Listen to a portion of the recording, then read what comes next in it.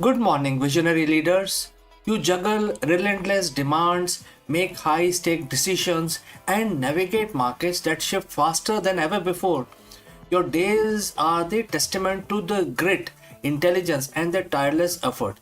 But what if I told you that the secret to not just surviving but thriving in this relentless environment doesn't lie in the working hard or even necessarily smarter, but in something far more profound?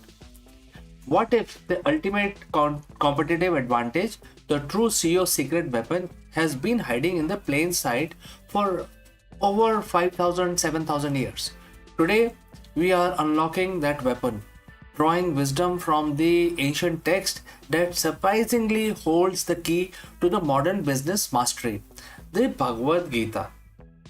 Think about your typical day. Every decision, every strategy, every pivot is ultimately aimed at one thing: results. Revenue growth, market share, investor satisfaction, a successful product launch. We are by nature outcome driven. Our entire capitalist system is built on the pursuit of measurable results. And for the good reason, results are how we track progress, determine success, and create value. But here is the paradox.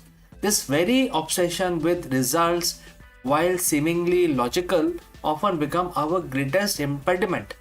It led to the stress, short-sighted decisions, burnout, and a constant state of anxiety about what might or might not happen.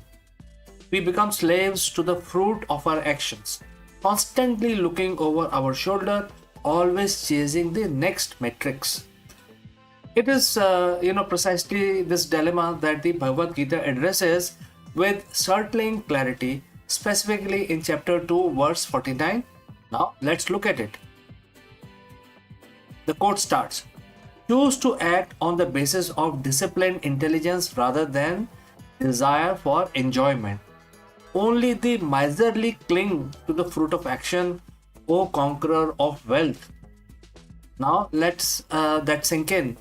Only the miserly cling to the fruit of action. This isn't just spiritual advice, it's a profound strategic imperative for leaders. The Gita, through Lord Krishna, Bhagwan Krishna, guidance to Arjun, isn't telling us not to act or not to strive for success. Far from it, it's telling how to act, how to strive, so that our actions are truly effective and our leadership sustainable. Let's break down this powerful verse. First, choose to act on the basis of disciplined intelligence. The Sanskrit word here is the buddhi yoga. Buddhi refers to our higher intellect, our discerning faculty, our ability to reason, analyze, and make wise judgment. Yoga implies discipline, integration, and mastery. So, disciplined intelligence means making decisions not out of impulse, fear, or desperate need for specific outcome, but from a calm, collected, and highly discerning mind. It's about leveraging your analytical prowess, your experience, and your strategic foresight, unclouded by emotional attachment to the results. Now, contrast that with rather than desire for enjoyment. This isn't about avoiding pleasures or success. It's about avoiding the motivation to act solely for the pleasure or satisfaction that a specific results bring. When we act primarily out of the desire for enjoyment of the outcome, our judgment becomes clouded. We might cut corners, take unnecessary risk, ignore warning signs, or become paralyzed by fear of failure. Our focus shifts from integrity of the process to the allure of the prize. And then there is that striking phrase. Quote starts, only the miserly cling to the fruit of action. Alright, miserly usually refers to someone who hoard wealth. Here it refers to someone who hoard their attachment to the specific outcome, unable to let go of their expectations, unable to adapt if things don't go exactly as planned. Why miserly? Because by clinging too tightly, they actually limit their potential.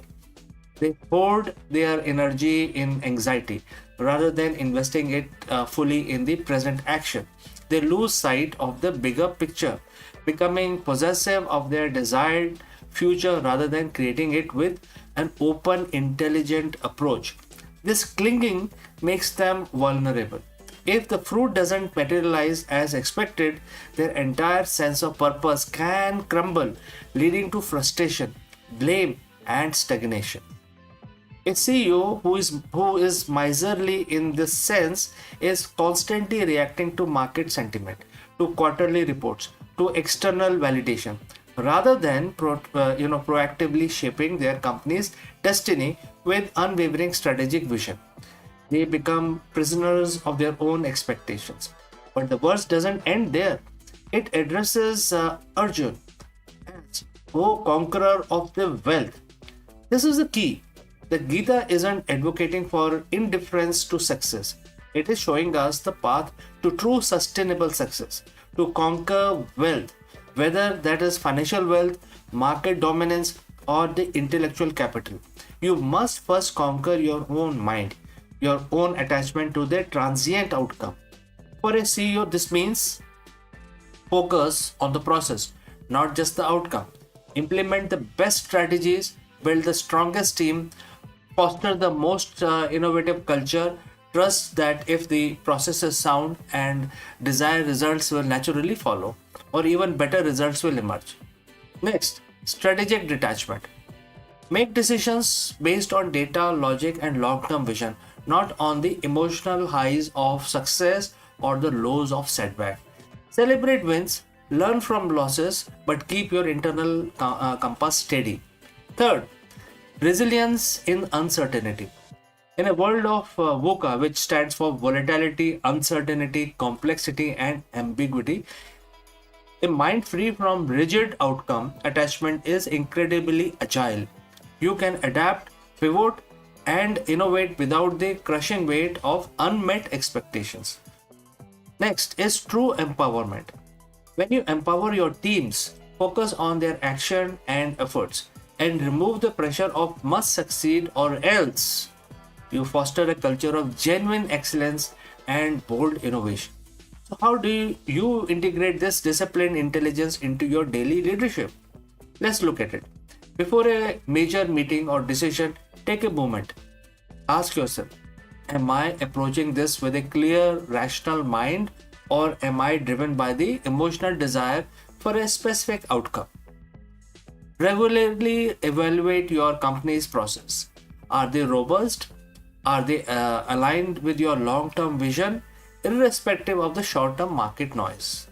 Train yourself and your team to separate effort from results. Celebrate the effort and learning, not just the win. Anchor your decision in your core mission and values, which are far more enduring than any quarterly report. Bhagavad Gita isn't just an ancient scripture, it's a timeless manual for effective leadership. Disciplined intelligence is not a soft skill, it is a hard edged strategic advantage that will differentiate you in a crowded, chaotic world.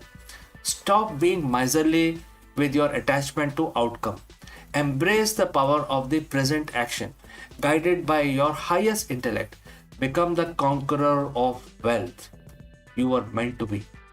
If this resonates with you, hit that like button, subscribe for more insights, and share this video with fellow leaders who could benefit from this powerful wisdom.